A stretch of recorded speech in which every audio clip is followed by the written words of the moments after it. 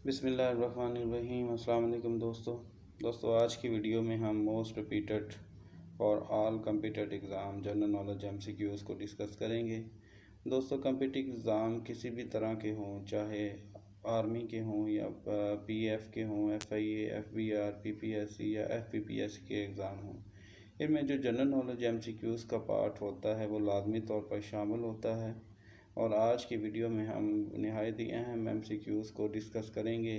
100 MCQs को हम total 100 MCQs को डिस्कस करेंगे, लेकिन आज की वीडियो में हम सिर्फ 25 क्वेश्चन को डिस्कस करेंगे। बाकी इसी तरह हम इसको डिवाइड करके 3-4 वीडियो में अच्छे तरीके से डिटेल के साथ डिस्कस करेंगे। जो कि आज का जो पार्ट है वो फर्स्ट पार्ट है, इसमें 25 क्वेश्चन हम डिस्कस करेंगे और बाकी के अपनी नेक्स्ट आने वाली वीडियो में डिस्कस करेंगे। तो जो लोग अभी तक मेरे चैनल को सब्सक्राइब नहीं किया वो चैनल को सब्सक्राइब कर लें और बेल आइकन को भी प्रेस कर लें ताकि आप लोगों को बर वक्त हमारी मालूमाती वीडियो का नोटिफिकेशन मिल सके। तो पहला क्वेश्चन है जनाब, when was the United nation declaration signed. United nation जो कि एक तंजीम है, ये सबसे पहले साइन कब हुई? ठीक है, मार्द वजूद में नहीं, ये ड्राफ्ट कब तैयार हुआ, यानी ये मंसूबा कब बनाया गया और इसका एग्रीमेंट पर साइन कब हुए। तो इसकी डेट जो एग्जैक्ट डेट है वो आपने बतानी है। ये क्वेश्चन को आपने अच्छे से तैयार करना है। बाकी इसका जो मार्द वजूद में कब आई, ये क्वेश्चन तो आप अक्सर देखते रहते हैं, लेकिन ये नहायत अहम क्वेश्चन है, ये भी अक्सर एग्ज़ाम में बार बार रिपीट हो रहा है। तो वो है 1 जनवरी 1942 को।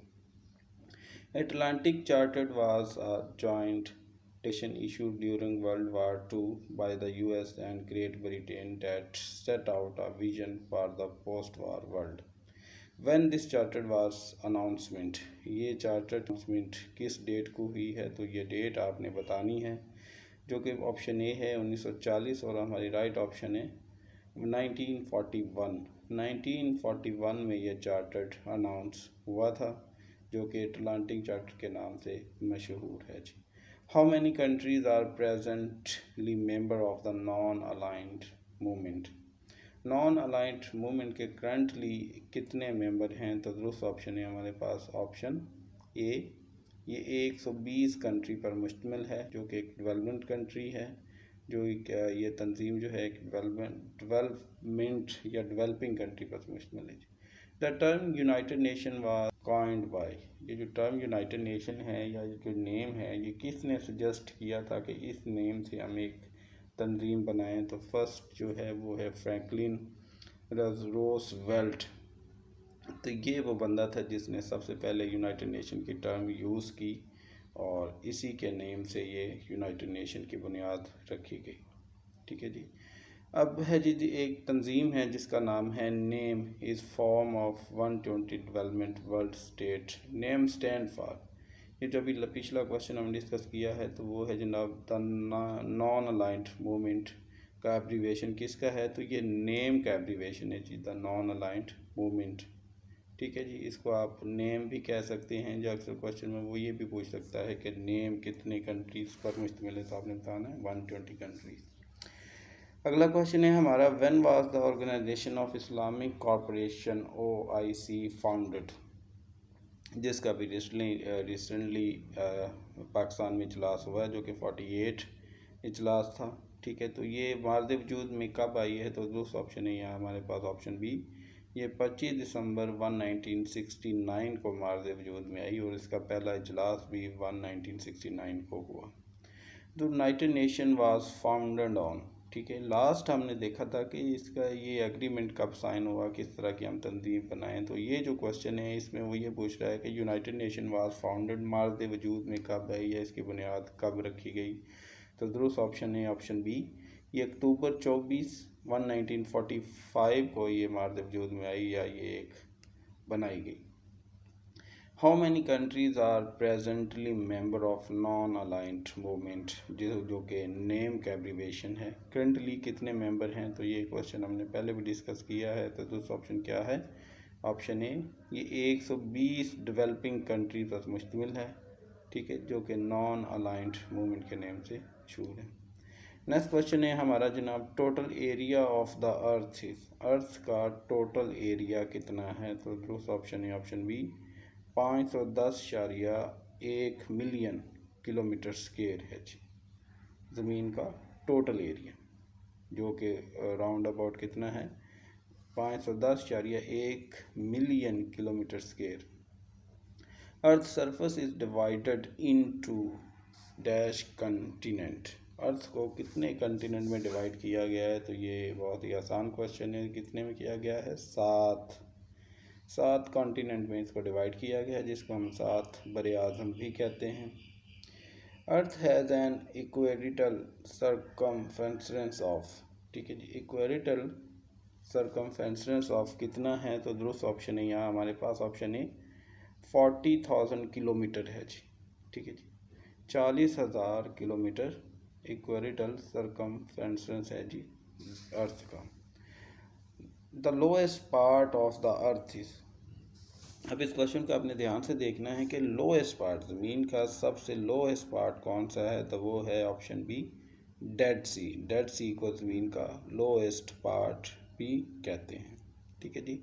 अब ये डेड सी वाक़या कहाँ है जी? Dead Sea is located in which country, किस कंट्री में वाक़या है, तो दूसरा ऑप्शन क्या है? ऑप्शन बी, ये जॉर्डन में वाक़या है जी डेड सी, जो कि अर्थ का लोएस्ट पार्ट है जी।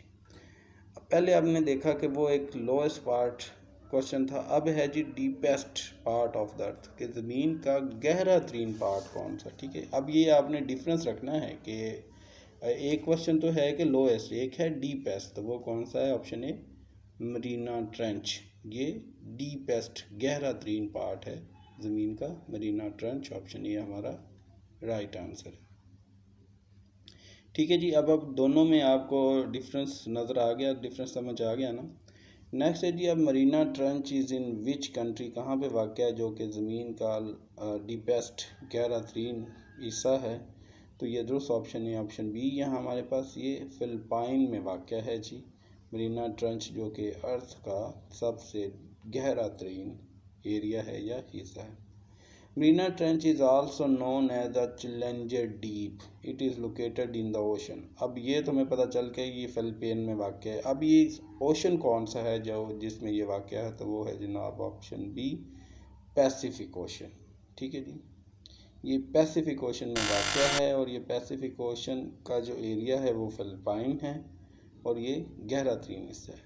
The depth of Marina trenches, ये क्वेश्चन दोस्तों न्यायत अहम है और इससे रिलेटेड कोई एक क्वेश्चन ज़रूर एग्ज़ाम में आता है, तो अब इसकी हमने गहराई बतानी कितना गहरा है, तो ये है 10,900 मीटर गहरा हिस्सा है जी, ठीक है, 10,900 मीटर, ऑप्शन डी हमारा राइट आंसर।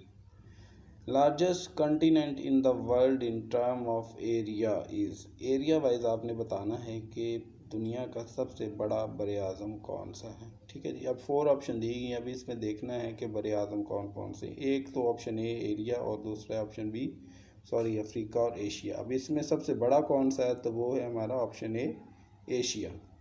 एशिया जो है is the largest continent in the world in term of area, area wise Asia दुनिया का सबसे बड़ा बर आज़म है, और अगर बाय पॉपुलेशन भी देखें तो तब भी एशिया ही दुनिया का सबसे बड़ा बर आज़म है। आप इसको पॉपुलेशन वाइज और एरिया वाइज दोनों तरह से मेंशन कर सकते हैं।